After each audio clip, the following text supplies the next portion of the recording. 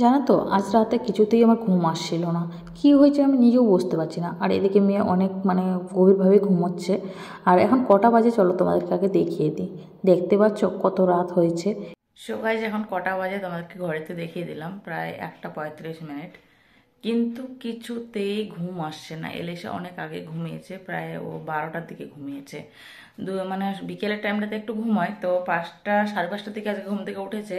তো ঘুমাচ্ছিল না, 11টার সময় শুয়েছি ওকে নিয়ে, ঘুমাচ্ছিল না, 12টার দিকে ঘুমিয়েছে।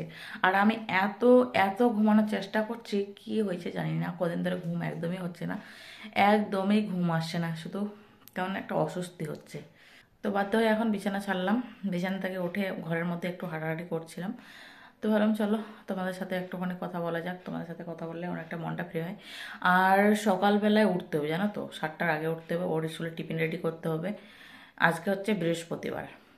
বৃহস্পতিবার মানে এখন শুক্রবার পড়েই গেছে, বৃহস্পতিবার এখন আর নেই, শুক্রবার পড়ে গেছে। তো শুক্রবার ওর স্কুল, আর সকালবেলা উঠতে হবে, ওর টিফিন টিফিন রেডি করতে হবে। আর এখন যদি ঘুমটা না হয় তাহলে সকালবেলায় উঠবো কী করে? আর কী হয়েছে জানো, একটা বাজে সব কদিন ধরে, রাত্রের দিকে ঘুমটা আসছে না, রাত্রের দিকে ঘুমটা ঠিকঠাক হচ্ছে না, কিন্তু ঠিক ভোর 4টার পর থেকে গভীর ঘুম, আর সকালবেলা ওঠার ইচ্ছা করে না।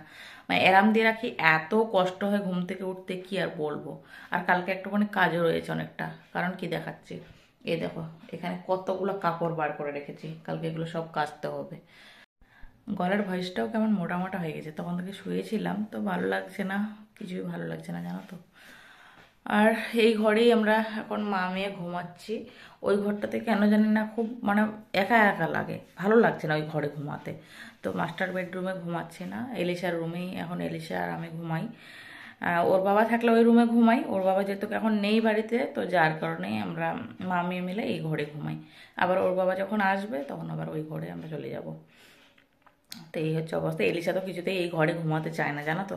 বলবো আমি, আমার এই ঘরে ঘুমোতে ভালো লাগে না, চলো না ওই ঘরে যাই।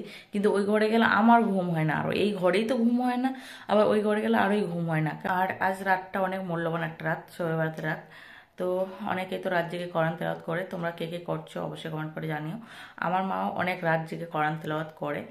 আর দুর্ভাগ্যের বিষয় যে আমি এখনও কোরআন তেলাওয়াত করাটা শিখিনি। কারণ কি কলকাতা আসার পর আমি শিখছিলাম, যে দাদু আমার বাড়িতে খুব আসে, প্রায় আসা যাওয়া করে, মৌলানা দাদু। তো তোমরা অনেকে হয়তো চেনো সেই দাদুকে। এলিশা বাবাকে আমাকে শেখাতো, 5 ওয়াক্ত নামাজ এলিশা বাবা পড়তো, আমি পড়তাম। তারপরে এলিশা হওয়ার পর থেকে সেটা ব্যস্ততার কারণে বন্ধ রাখতে হয়েছে আমাকে। একা হাতে বাচ্চা টেক কেয়ার করা, সংসারের কাজ করবো, করা যে করে সেই বোঝে। তো যেহেতু এলিশা এখন একটু বড় হয়ে গেছে, ভাবছি এখন আবার পড়াটা শুরু করব, কারণ কোরআন তেলাওয়াত করাটা অত্যন্ত জরুরি প্রত্যেকটা মুসলিমের জন্য।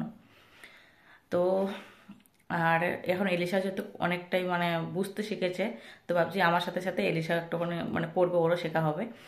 তো খুব তাড়াতাড়ি দাদুকে ডেকে আবার পড়াটা শুরু করব। বলা যেটা নিঃশ্বাসের কোনো বিশ্বাস নেই বলো। তো চলো গাইস, এখন ঘুমানোর চেষ্টা করতেই হবে, কারণ এখন বাজে 1:45। 1:45 বেজে গেল তোমার সাথে কথা বলতে বলতে। এখন শুলে ধরো যে আরও 1 ঘন্টা মতো লাগবে আমার ঘুম আসতে। এবার যদি না ঘুমাই, কালকে সকালবেলা উঠতেও পারবো না, আর হাঁটাচলাও করতে পারবো না। আমার না ঘুম ঘুম কম হলেই প্রচণ্ড মাথা যন্ত্রণা শুরু হয়ে যায়, মাইগ্রেনের যন্ত্রণা শুরু হয়, তো খুব কষ্ট হয়। তো যার কারণে একটুখানি ঘুমানোর চেষ্টা করতে হবে। কি হয়ে গেছে আমি নিজেও বুঝতে পারছি না, জানো কেন ঘুম আসছে না, ভীষণ অস্বস্তি লাগে। মাঝরাতে যদি ঘুম না আসে, ঘুম বারবার ডিস্টার্ব হয়, এত ভীষণ অস্বস্তি হয়। আর এলিশা তো বিন্দাস ঘুমাচ্ছে, ও এই যে ঘুমিয়েছে, একবারে সকালে উঠবে, তার আগে উঠবে না।